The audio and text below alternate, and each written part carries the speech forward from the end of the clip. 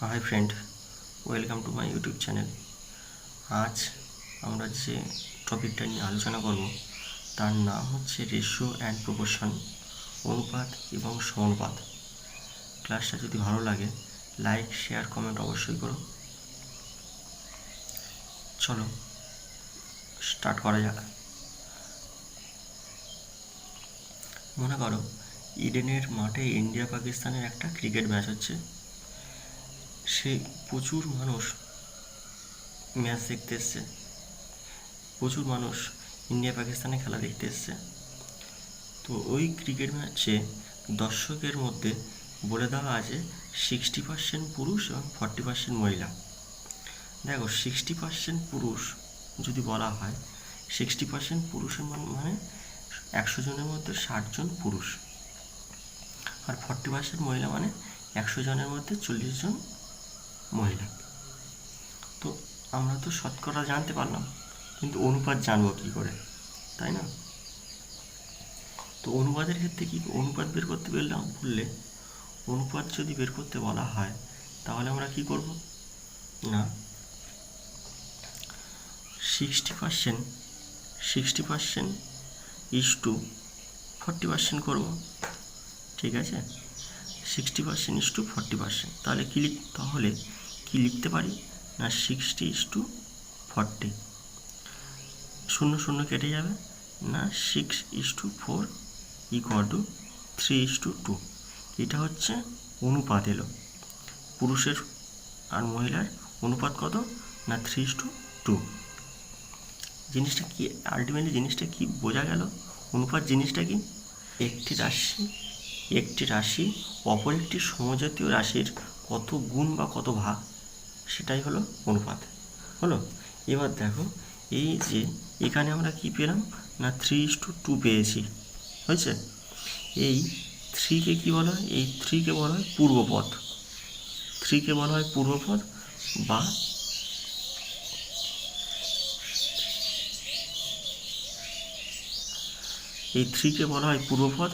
Antecedent, আর 2কে বলা হয় উত্তরপর বা কনসিকুয়েন্ট।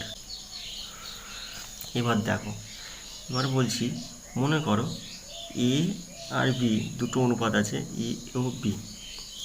এখানে 3:2 আছে, সেরকম যদি A:B হয়, হলো, এই A ইকুয়াল টু যদি বি হয়ে যায়, ঠিক আছে, দুটো পদ যদি পূর্বপদ উত্তরপদ যদি সমান হয়ে যায় তাকে সাম্যানুপাত বলা হয় বা রেশিও অফ ইকুয়ালিটি। এবার দেখো যদি পূর্বপদ উত্তরপদ দুটো পদ আলাদা হয়, ঠিক আছে, দুটো পদ আলাদা হয় তখন তাকে বলা হয় বৈষম্যানুপাত বা রেশিও অফ ইনইকুয়ালিটি। মানে কি 3:2। তার মানে কি 3:2, কারণ দুটো পদ তো সমান নয়, সে কারণে একে লিখতে পারি কি বৈষম্যানুপাত বা রেশিও অফ ইনইকুয়ালিটি। যদি A/B > 1 হয় তখন সেই অনুপাতকে গুরু অনুপাত বা রেশিও অফ গ্রেটার ইনইকুয়ালিটি বলা হয়।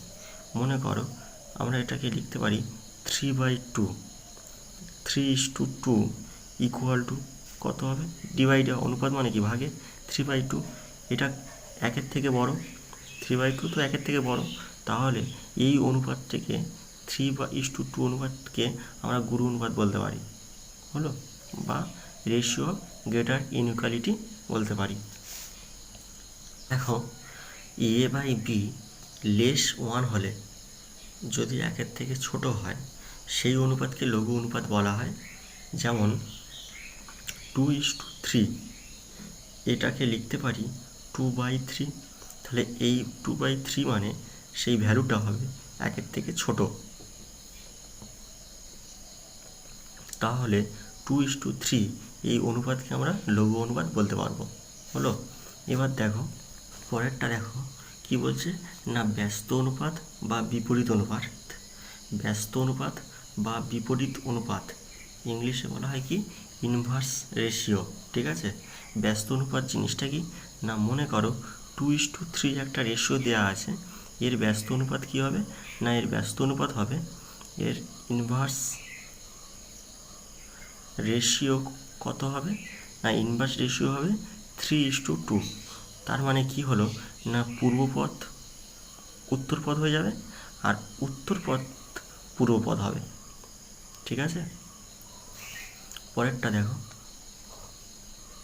বলছে কি বলছে দেখো, এখানে বলা হচ্ছে যৌগিক অনুপাত বা কি কম্পাউন্ড রেশিও, আবার কি আরেকটা নাম আছে মিশ্র অনুপাত বা মিক্সড রেশিও।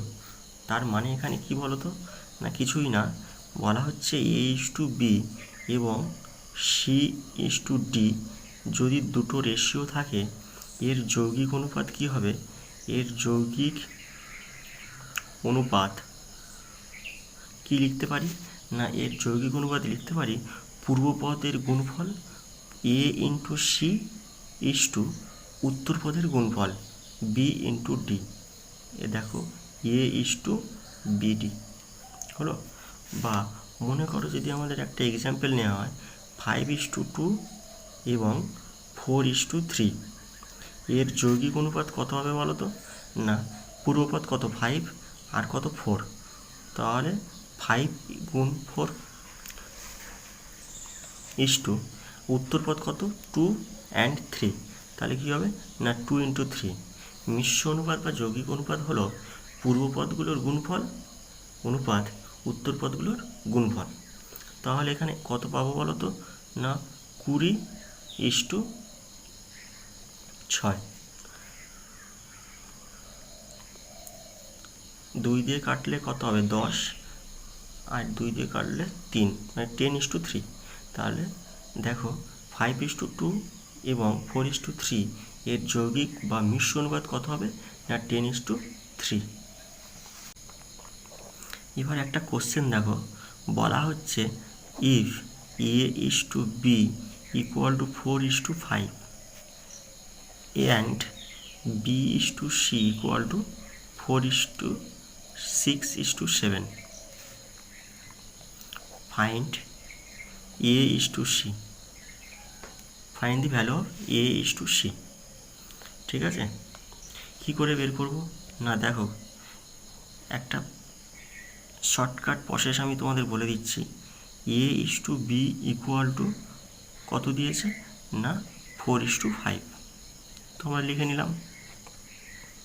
পরেরটা কি বলছে না B:C ইকুয়াল টু 6:7, তাহলে B বলেছে, তাহলে B এর নিচে B লিখলাম, C তো বাইরে আছে, C তো এখানে নেই, তাহলে Cকে বাইরে লিখব, ইকুয়াল টু 6:7 দিয়েছে না, তাহলে দেখো B এর নিচে B লিখলাম আর 7 মানে তো Cকে বাইরে লিখব।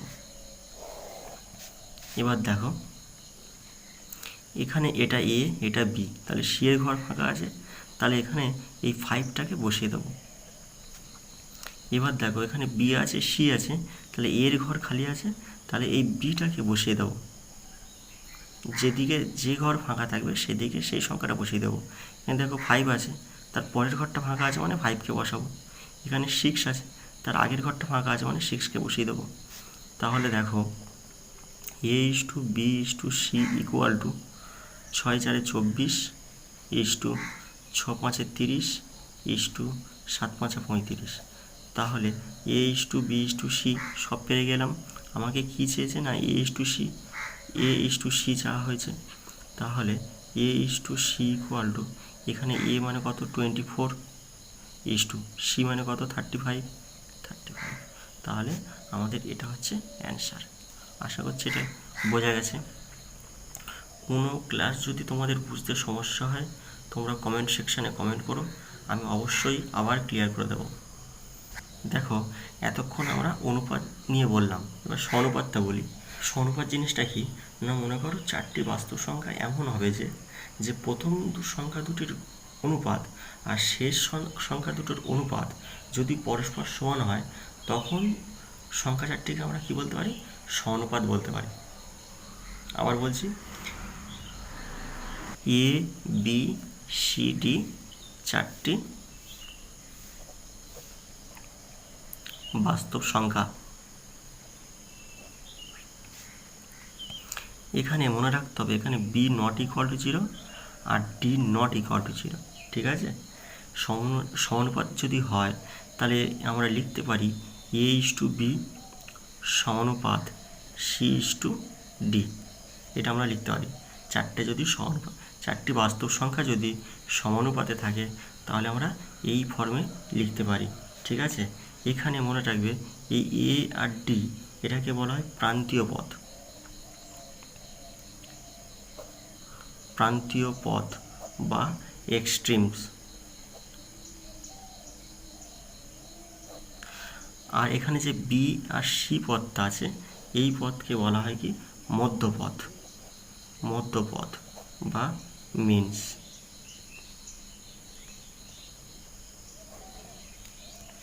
এবার দেখো আমাকে বলা হয়েছে যে 2, 3, 4, 6 এরা কি সমানুপাতে আছে কি না আমাদের যদি দেখাতে বলে কি করে বের করব।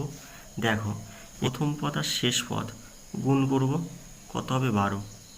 আর দ্বিতীয় পদ আর তৃতীয় পদ গুণ করব 3 আর 4 12, তাহলে সমান আসছে। তাহলে আমরা বলতে পারি এরা সমানুপাতে থাকবে। 2:3 সমানুপাত 4:6 বলতে পারবো, ঠিক আছে। এবার দেখো একটা যদি কোশ্চেন দেওয়া হয় যে if 6:x সমানুপাত 2:13 find the value of x, হলো কি করে বের করব না, দেখো লিখতে পারি কি 6:x মানে কি 6/x, এখানে কি আছে প্রপোর্শন আছে, সমানুপাত মানে ইকুয়াল দেব দিয়ে 2/13 হলো। এবার কোনাকুনি গুণ করব, কোনাকুনি গুণ করলে কত হবে না 2 × x = 6 × 13, x সমান কত হবে না 6 × 13/2, 2 দিয়ে কাটলে কত হবে 3, তাহলে x এর ভ্যালু কত পাবো না x = 39, তাহলে x এর ভ্যালু পেয়ে গেলাম, ঠিক আছে। বা এরকম যদি বলে দেয় মনে করো 6, 9, 12 ফাইন্ড দি ফোর্থ রেশিও, চতুর্থ রেশিওটা আমাদের এখানে 6, 9, 3 দিয়েছে, এখানে দেখো 6, 9, 12 দিয়েছে। তিনটে প্রথম দ্বিতীয় তৃতীয় পদ আমরা জানি, প্রথম পদ দ্বিতীয় পদ তৃতীয় পদ জানি, কিন্তু চতুর্থ পদ আমরা জানি না। চতুর্থ পদ আমাদের এখানে বের করতে বলা হয়েছে, কি করে বের করব না চতুর্থ পদটা আমরা এখানে কি ধরে নেব x ধরে নেব, 6, 9, 12 জানি, আর চতুর্থ পদ x ধরে নিলাম না 6:9 সমানুপাত 12:x। এবার দেখো এটাকে লিখতে পারি 6/9 = 12/x, সমানুপাতের জন্য ইকুয়াল সাইন বসে সবসময়ের জন্যে। এবার দেখো এটাকে ভাগ করলে 3 × 2 = 6, 3 × 3 = 9, কত 2/3 = 12/x। এবারে কি হবে কোনাকুনি গুণ 2 × x = 12 × 3, x = 12 × 3/2, 2 দিয়ে ভাগ করলে 6, x = কত পেলাম না 18, তাহলে আমাদের চতুর্থ পদ কত না চতুর্থ পদ হচ্ছে 18। আশা করছি বোঝা গেছে। এবার দেখো কী বলছে, একান্তর প্রক্রিয়া বলা হয় অল্টারনেন্ডো, ঠিক আছে। কীরকম না a/b সমানুপাত c/d, এটা যদি দেওয়া থাকে তাহলে এটাকে কি লিখতে পারি বলো তো না এটাকে লিখতে পারি a/b = c/d। অল্টারনেন্ডো বলছে মানে কি হবে জানো তো, কিছুই না, এইখানে যে তৃতীয় পদটা আছে সি, তাহলে এই সিটা কোথায় যাবে, এই সিটা কি হবে এই সিটা এর নিচে আসবে আর বিটা ডি এর উপরে যাবে, ঠিক আছে। তাহলে এটাকে লিখতে পারি, দেখো তাহলে লিখতে পারি কি না a/c = b/d, এটাকে বলা হয় একান্তর প্রক্রিয়া, ঠিক আছে। 2 নম্বর কি বলা হচ্ছে, তাহলে দেখো কি লিখব না এই a/b সমানুপাত সি অনুপাত ডি, এটা যদি থাকে একে লিখতে পারি কি জানো তো, ব্যস্ত বলছে, তার মানে B A is to B আছে, এটাকে লিখতে পারি বি ইস টু এ। আর সমানুপাত সি ইস টু ডি আছে, এটাকে উল্টে দেবো ডি ইস টু সি। ব্যাস হয়ে গেল। অনুপাতটা যদি এরকম থাকে এ ইস টু বি সমানুপাত সি ইস টু ডি, একে কেমনভাবে লিখতে পারি না A by B equal to C by D হলো। আর যোগ প্রক্রিয়ার ক্ষেত্রে কি হবে, যোগ প্রক্রিয়া উভয় দিকে আমরা প্লাস করে অ্যাড করব। প্লাস অ্যাড করলাম, তাহলে প্লাস অ্যাড করলে দেখো বি এলসিএম হবে, তাহলে কী হবে A plus B equal to D LCM এখানে, তাহলে সি প্লাস ডি, তাহলে A plus B is to B সমানুপাত C plus D is to D. এটা যোগ প্রক্রিয়া হলো। এবার আসছে কি ভাগ প্রক্রিয়া। ভাগ প্রক্রিয়াকে কি বলা হয় ডিভিডেন্ড।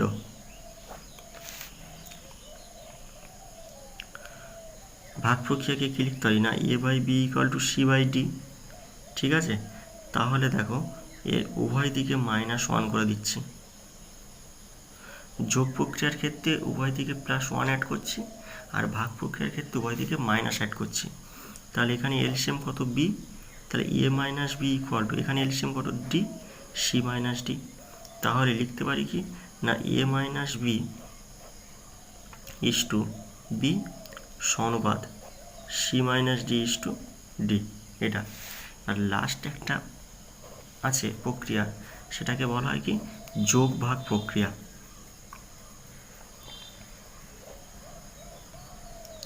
আমাদের এখানে এই প্রসেসটাই সব থেকে বেশি কাজে লাগবে, যোগ ভাগ প্রক্রিয়া, কম্পোনেন্ডো অ্যান্ড ডিভিডেন্ডো। ঠিক আছে, তাহলে এটা কি, এটা আমি একেবারেই লিখে দিচ্ছি না এ প্লাস বি, মনে করো আচ্ছা এরকম যদি দেওয়া থাকে A by B equal to C by D, তাহলে এখানে এটাকে লব এটা হর, এখানে এটা লব এটা হর। ঠিক আছে, তাহলে এখানে লব বসবে লব এ প্লাস বি বাই, নিচে কী হবে লব বসবে মাইনাস হর ইকুয়াল টু, এখানে কী হবে লব মানে সি প্লাস হর মানে ডি, নিচে লব মাইনাস হর, মানে A plus B by A minus B equal to C plus D by C minus D. এটাই হচ্ছে যোগভাগ প্রক্রিয়া। ঠিক আছে, আশা করি এ পর্যন্ত বোঝা গেছে। এবার তো কিছু কোশ্চেন অ্যান্সার আমরা সলভ করব, দেখা যাক। পরের কোশ্চেনটা কি বলছে দেখো, if A is to B is to C equal to 1/4 is to 1/3 is to 1/2, then A by B is to B by C is to C by A. এখানে আমাদের ভ্যালু বের করতে বলা হয়েছে।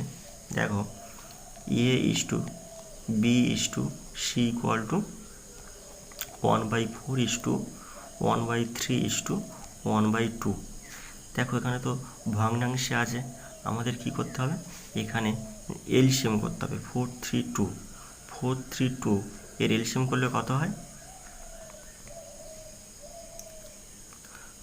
1/4 ইন্টু, ঠিক আছে 12, এলসিএম 12, তাহলে 1/4 into 12 is to 1/3 into 12 is to 1/2 into 12। তাহলে দেখো 4 দিয়ে ভাগ করো, কত আসবে 3, তাহলে 3 ইস টু 3 দিয়ে 12কে ভাগ করো 4, তাহলে 4 ইস টু 2 দিয়ে ভাগ করো 6, তাহলে 6। তার মানে কত এলো না 3:4:6। ঠিক আছে, তার মানে দেখো এখানে এ এর ভ্যালু কত 3, বি এর ভ্যালু কত 4, সি এর ভ্যালু কত 6 পেলাম। আমাদের কি বের করতে বলা হয়েছে না A by B is to B by C is to C by A বের করতে বলা হয়েছে। এ মানে কত 3 বাই বি মানে কত 4, 3/4 ইস টু বি মানে কত 4 বাই সি মানে কত 6 ইস টু এখানে সি কত 6 বাই এ কত 3। ঠিক আছে, দেখো এখানে 3 দিয়ে কেটে যাচ্ছে, ছোট করে নিলাম, 3 দুগুণে 6, আর এখানে 2 দিয়ে কাটছে, 2 2 4, 3 দুগুণে 6, কত আসছে 3/4 ইস টু 2/3:2/1।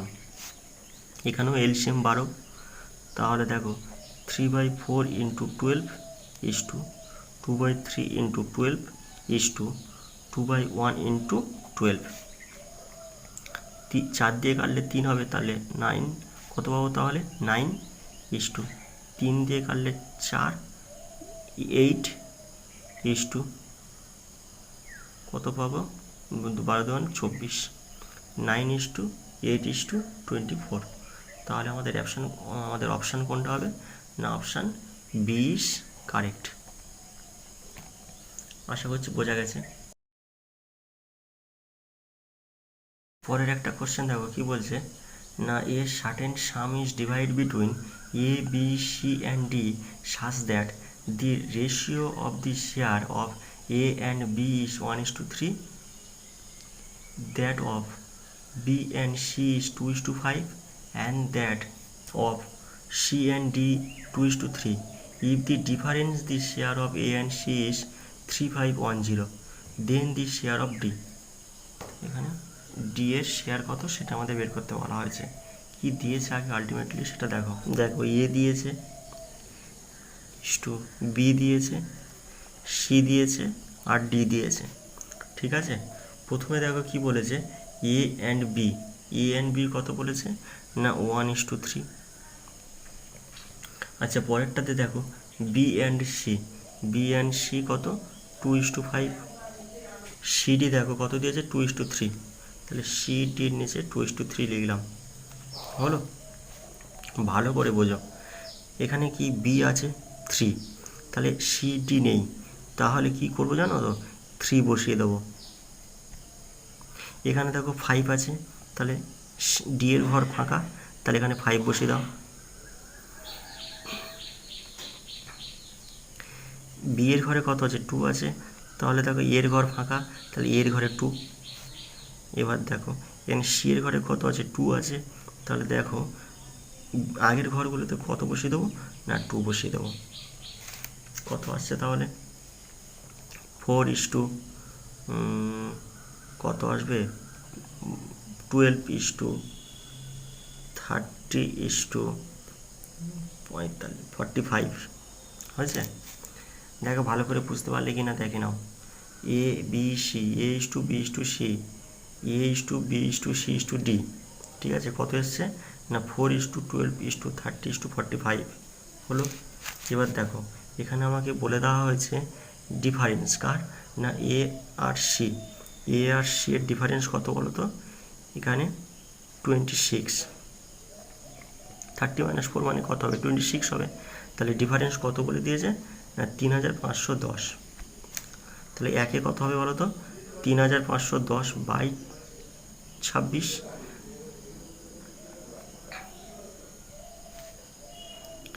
26 দিয়ে ভাগ করলে কত হবে 135 হলো। এবার দেখো আমাকে কি বের করতে বলা হয়েছে, ডি বের করতে বলা হয়েছে, ডি, তাহলে ডি কত 45, তাহলে 135 গুণ করে দাও ডি এর সাথে। 135 গুণ করলে কত হয় 135 গুণ 45, 23 2 70 হয় থেকে 1 7 10 6 কত আসছে না 6075। আমাদের এখানে কি বের করতে বলা হয়েছে না বলা হয়েছে ডি এর শেয়ার বের করতে বলা হয়েছে, তাহলে দেখো ডি এর শেয়ার কত এসছে 6075, ঠিক আছে। তাহলে অপশান সি ইজ কারেক্ট। পরের কোশ্চেনটা দেখো কি বলছে, পরের কোশ্চেন বলছে if A:B = 3:4, find the value of 7A - 4B 8A + 4B। আমাকে বলে দেওয়া হয়েছে A:B = 3:4, লিখতে পারি কি A/B = 3/4, এর ভ্যালু 3, বি এর ভ্যালু 4। এবার দেখো 7A - 4B 8A + 4B, এর ভ্যালু বের করতে বলা হয়েছে। এটাকে লিখতে পারি 7A - 4B / 8A + 4B।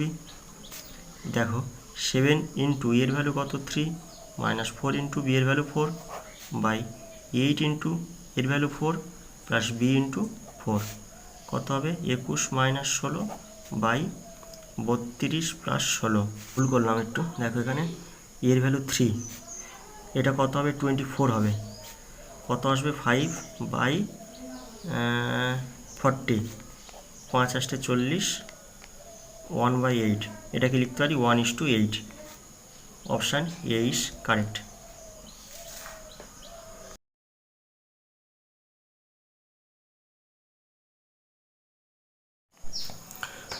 পরের কোশ্চেনটা দেখো কি বলছে, if a plus 3b is to 2a plus 4b equal to 3:5, then a minus b is to a plus b is equal to, value বের করতে হবে। দেখো কি লিখবো না, a plus 3b is to 2a plus 4b equal to 3:5। এবার দেখো a plus 3b by 2a plus 4b equal to 3/5, ঠিক আছে। অনুপাতে থাকলে আমরা কিসে ভাগে লিখতে পারি, এবার কোনাকুনি গুণ করে দেবো, 5a plus 15b equal to 6a plus 12b। এবার এগুলো একদিকে, বিগুলো একদিকে, দেখো 5a minus 6a equal to 12b minus 15b, minus a equal to minus 3b, minus minus cancel হয়ে যাবে, a by B equal to 3/1, এর ভ্যালু, এর নিচে বি নিয়ে এলাম, এর নিচে বিকে নিয়ে চলে আসলাম, আর এর নিচে কিছু নেই মানে 1 আছে, তাহলে 1কে 3 এর নিচে নিয়ে গেলাম, a by B equal to 3/1, এর ভ্যালু 3, বি এর ভ্যালু 1। এবার আমাকে বের করতে বলা হয়েছে a minus B is to a plus B, হলো। এবার দেখো লিখতে পারি a minus B by a plus B, এর ভ্যালু 3 মাইনাস বি এর ভ্যালু 1 বাই 3 প্লাস 1, 2/4, 1/2, কত আসছে 1:2, 1:2 মানে অপশান এ ইজ কারেক্ট।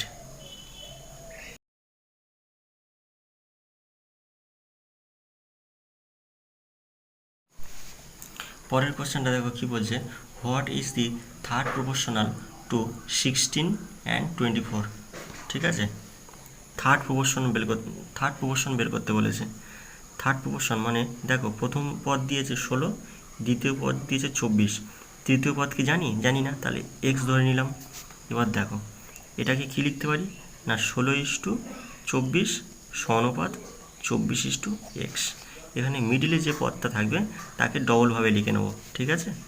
এবার দেখো 16/24 ইকুয়াল টু 24/x, 4 4 16, 4 6 24, 2 2 4, 3 2 6, কত আসছে 2/3 ইকুয়াল টু 24/x,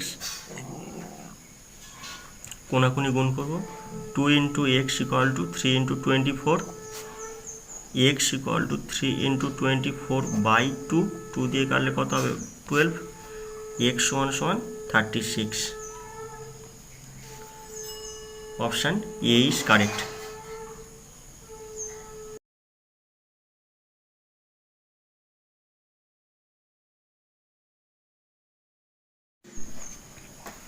পরের কোশ্চেনটা কি বলছে দেখো, বলছে if A is to B equal to C is to D equal to E is to A B equal to 1:2, then 3a plus 5c plus 7e is to 3b plus 5d plus 7f, এর ভ্যালুটা অনুপাতটা আমাদের বের করতে হবে। দেখো a is to B equal to C is to D equal to E is to F equal to 1:2, ঠিক আছে। a is to b equal to c is to d equal to e is to f equal to 1:2, মানে দেখো a is to b equal to 1:2, c is to d 1:2, e is to f O 1:2। a সমান সমান কত পাবো, এখানে দেখো a কত 1, b 2, c 1, d 2, e 1, e 2, ঠিক আছে। আমাকে বের করতে বলা হয়েছে 3a plus 5c plus 7e is to 3b plus 5d plus 7f, অনুপাতে আছে মানে আমরা কি লিখতে পারি, ভাগে লিখতে পারি, এটা by 3b plus 5d plus 7f। এবার দেখো এ মানে কত 1 প্লাস 5 ইন্টু সি মানে কত 1, 7 ইন্টু 1 মানে ই মানে কত 1 বাই 3 ইন্টু বি মানে কত 2 প্লাস 5 ইন্টু ডি মানে কত 2, 7 ইন্টু এফ মানে 2, 3 plus 5 plus 7 by 6 plus 10 plus 14 কত আসছে 15 আর নিচে 30, 15 দোকানে 30, 1/2 মানে 1:2, 1:2 এসে গেছে। Option D is correct.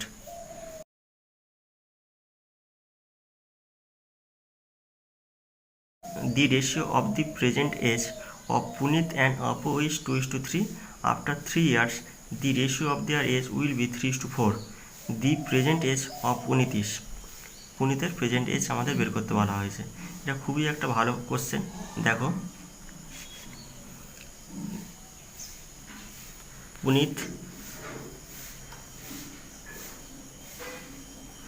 Punit R Apu present age কত বলা হয়েছে না 2:3।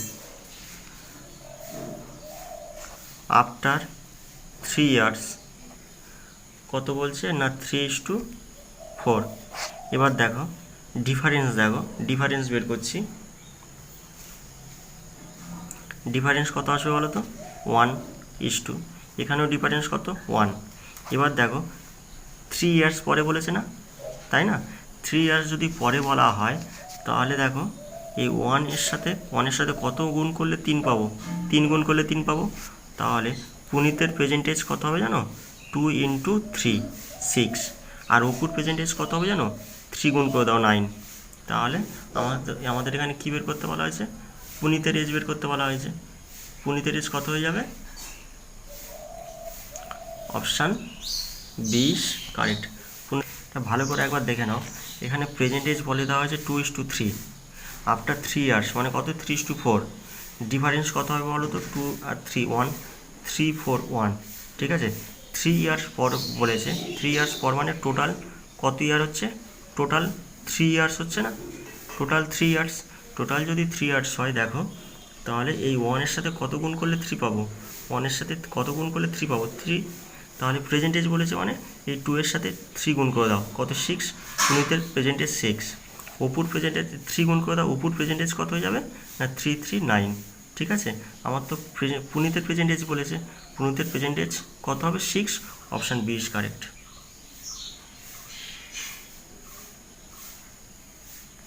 দেখো এই প্রসেসটা যদি বুঝতে না পারো এই কোশ্চেনটা আমরা এইভাবেও সলভ করতে পারি। পুনিত ও অপুর প্রেজেন্টেজ বলে দিয়েছে, তাহলে কি করব পুনিত কত ধরবো না 2x ধরবো, আর অপু কত দিয়েছে না অপু দিয়েছে 3x। Punit Apu percentage ratio কত বলেছে 2:3, তাহলে পুনিত লিখতে পারি 2x, অপু লিখতে পারি 3x। এবার দেখো 2x 3 ইয়ার্স আফটার 3 ইয়ার্স বলেছে, আফটার 3 ইয়ার্স মানে 2x + 3 by 3x + 3 equal to কত হবে না 3:4 মানে 3/4। এবার দেখো কি করব কোনাকুনি গুণ করো না 8x + 12 ইকুয়াল টু 9x + 9। তাহলে 8x - 9x equal to 9 - 12 -x equal to -3। দেখো মাইনাস মাইনাস কেটে যাবে, তাহলে x ইকুয়াল টু 3। পুনিতের এজ সেট করতে বলেছে, Punit present age equal to 2x, 2 × x এর ভ্যালু 3 6, আমাদের 6 ইয়ার্স এলো। Option B is correct.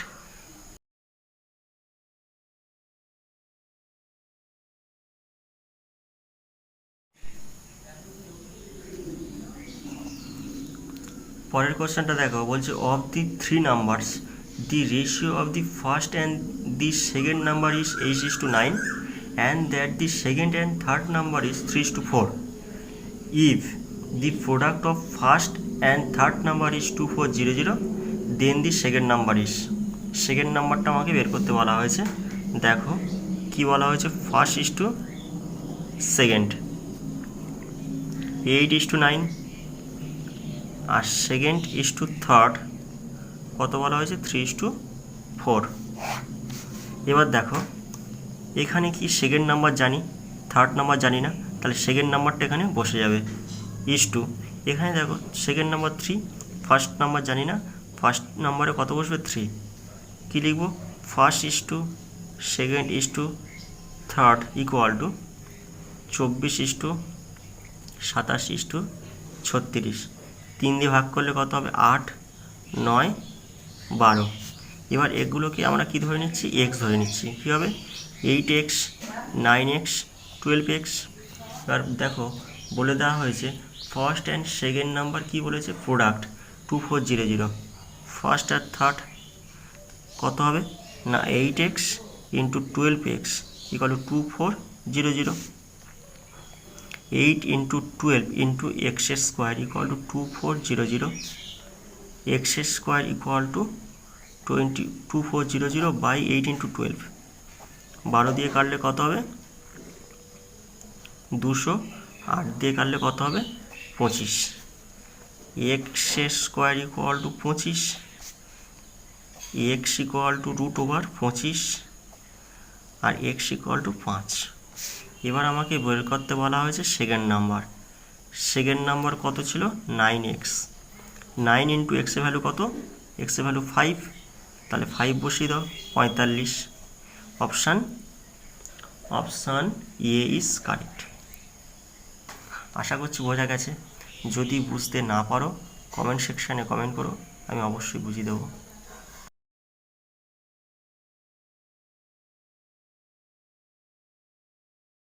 পরের কোশ্চেনটা দেখো, পরের কোশ্চেন কি বলছে, the ratio of the present age of A and B is 8:15, 8 years ago the ratio of their age was 16:13. What will be the ratio of the age of A and B after 8 years from now? দেখো এখানে বলে দেওয়া হয়েছে present age বলে দেওয়া হয়েছে কত, A 8:15, A and B, তো A ধরে নিলাম, B ধরে নিলাম, ঠিক আছে। প্রেজেন্ট এজ বলে দেওয়া হয়েছে 8:15, 8 years ago, 8 years ago ratio কত দিয়েছে না 16:13, সরি 6:13, ঠিক আছে। এবার দেখো ডিফারেন্স বের করছি।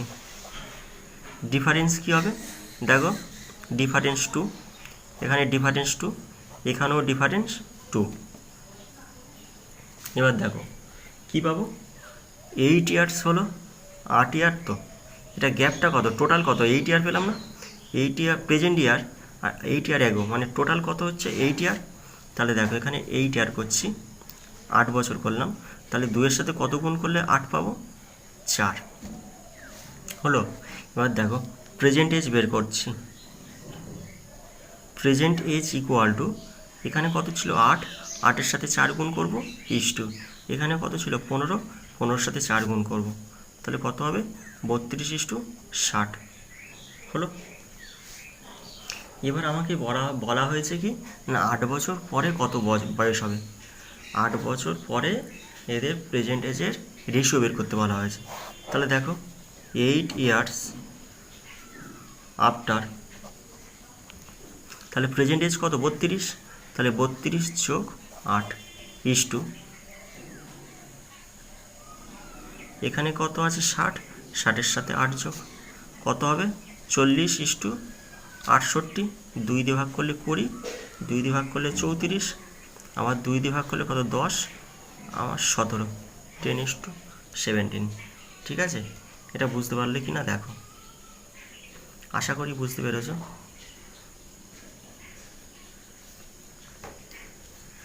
ক্লাসটা যদি ভালো লাগে লাইক শেয়ার কমেন্ট অবশ্যই করো।